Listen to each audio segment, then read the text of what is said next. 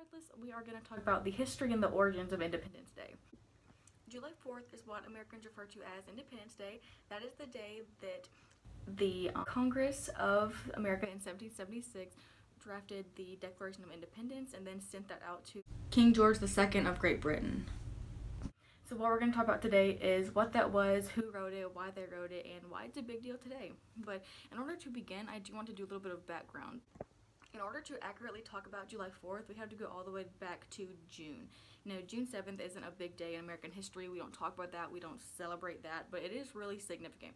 We owe a little bit of our nation's freedom to Virginia, as their delegate, Richard Henry Lee, introduced the idea of separating from England on June 7th. He stated that these colonies are, and of right ought to be, free and independent states, that they are absolved from all allegiance to the British Crown, and that all political connection between them and the state of Great Britain is and ought to be totally dissolved. That measures should be immediately taken for procuring the assistance of foreign powers, and a confederation be formed to bind the colonies more closely together. This would later be known as the Lee Resolution. After the presentation of the Lee Resolution, a few states were not so keen on separating themselves from England quite yet. States such as New York, New Jersey, Pennsylvania, Delaware, Maryland, and South Carolina. South Carolina were not in strong favor for it. Because of this, the Congress ultimately decided that they would delay the vote for the Lee Resolution until July 1st. In the meantime, Congress drafted a delegation committee that would be in charge of crafting the actual Declaration of Independence. Its members were John Adams of Massachusetts, Benjamin Franklin of Pennsylvania, Roger Sherman of Connecticut, Robert R. Livingston of New York, and Thomas Jefferson of Virginia. Because Thomas Jefferson was the best writer of the group, he was chosen to be the Declaration's primary author. We will cover more extensively Thomas Jefferson as a person in a later video because that is a lot to unpack, but for now, we just need to know that he was the primary author of the Declaration of Independence. It's very evident that to the king, the colonists wanted to express that their new nation would hold the following principles. That all men are created equal.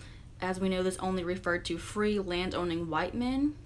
All men are endowed by their creator with certain unalienable rights, which meant that God has given men certain rights that cannot be taken away by other men. Among these rights are life, liberty, and the pursuit of happiness, meaning that men have the right to live peacefully and own their property. And as we know also, property was not limited to just objects, that often included people.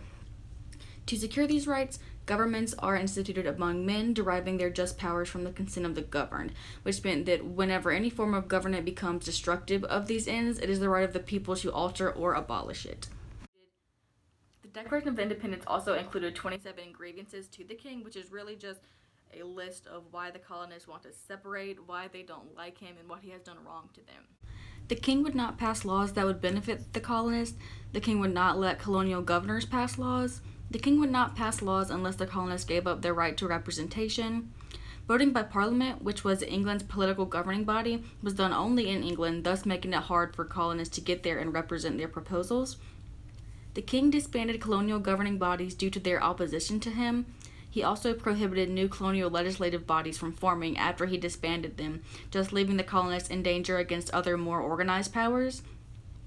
The king restricted immigration to the colonies so that their population could not grow and raised property taxes, thus preventing more colonists from becoming landowners, thus preventing them from being able to vote.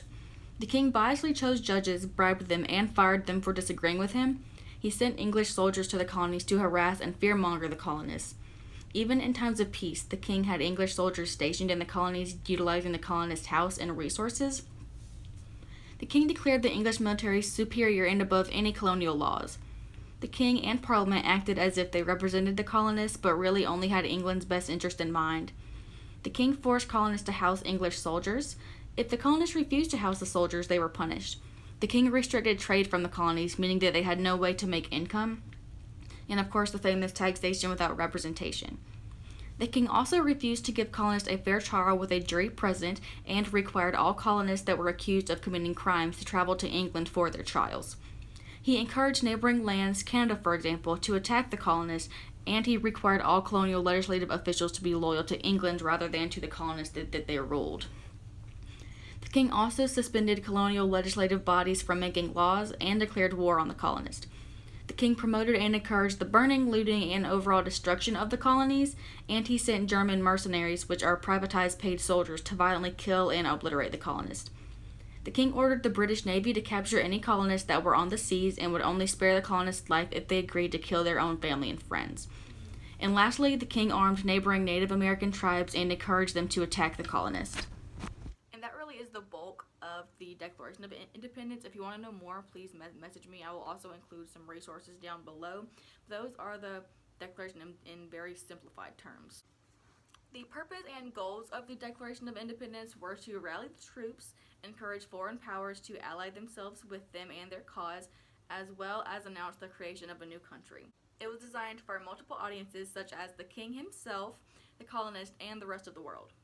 Now that we know the history of the Declaration of Independence and why we make such a big deal about it in the U.S., why do we do it the way we do today? Well, that is tied directly to a quote from John Adams that he included in a letter to his wife after leaving one of the congressional meetings. The second day of July 1776 will be the most memorable epoch in the history of America. I am apt to believe that it will be celebrated by succeeding generations as a great anniversary festival. It ought to be commemorated as a day of deliverance by solemn acts of devotion to God Almighty. It ought to be solemnized with pomp and parade, with shoes, games, sports, guns, bells, bonfires, and illuminations from one end of this continent to the other from this time forward forevermore. Basically, we're going to have a lot of fireworks, it's going to be a lot of guns, and it's going to be a grand old time. John Adams and Thomas Jefferson died on July 4th, 1826. This was 50 years after the first Declaration of Independence. James Madison followed suit 5 years later, also dying on July 4th. Was this an omen? We don't know. And we do also just want to reiterate that the signing of the Declaration of Independence did not mean freedom and rights for everyone. This newfound independence and freedom would only be applicable to white land-owning males, despite black people and women playing a significant role in the American Revolution. But we'll talk more on that later.